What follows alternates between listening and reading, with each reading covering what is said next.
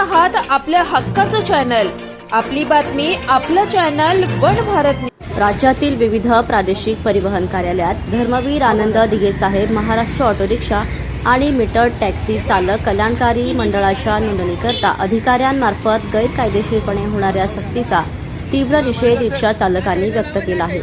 तसेच electric auto rickshaw आणि E रिक्षा नोंदणीवर सरकारने तातडीने स्थगिती आणावी व ऑटो रिक्षा व्यवसायाबद्दल अन्य स्थानिक समस्यांबाबत ऑटो रिक्षा चालक मालक संघटना कृती समितीने कल्याण आरटीओ कार्यालयावर धडक देत उपप्रादेशिक परिवहन अधिकाऱ्यांची भेट घेत निवेदन सादर केले।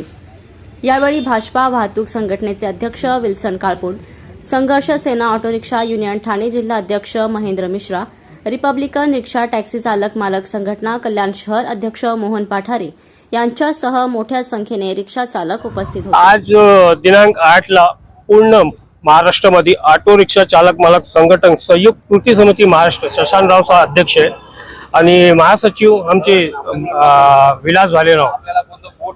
आम्ही सध्या कल्याणमध्ये 4 युनियन मिळून कृती समितीच्या माध्यमातून आमच्या रिक्षा चालक मालकचा स्थापना कल्याणकारी मंडळ रिक्षा चालकचा कल्याणकारी हितासाठी ते मंडळ स्थापना केलं, त्याचा आम्ही मागण्या घेऊन आलो आहे।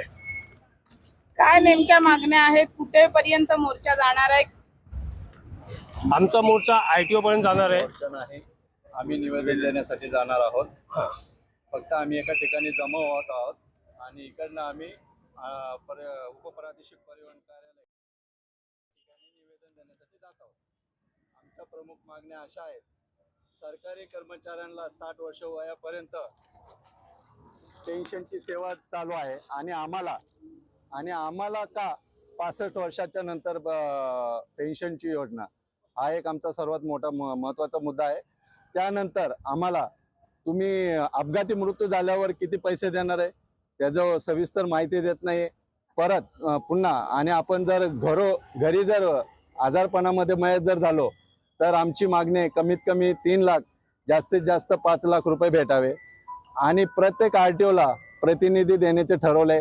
अजून प्रतिनिधी दिलेले नाहीत। अजून मुलं, त्यांचं म्हणणं असं आहे की 2 मुलं या कल्याणकारी महामंडळामध्ये हे असणार आहेत, भाग घेऊ शकतात। बाकी ज्यांना 3-4 मुलं असतील त्यांनी काय करायचं, त्यांच्यासाठी काय उपाययोजना आहेत?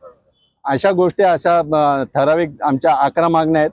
त्याच्यासाठी आम्ही निवेदन देण्यासाठी कल्याण आरटीओला आता आम्ही इकडे जात आहोत। एका ठिकाणी जमा होत आणि इकडनं आम्ही शांततेमध्ये आरटीओला आम्ही पत्रक द्यायला जाणार आहोत। आपलं नाव? माझं नाव विल्सन रामभाऊ काळपुंड, मी भाजपा वाहतूक संघटना अध्यक्ष महाराष्ट्र प्रदेश अध्यक्ष आहे।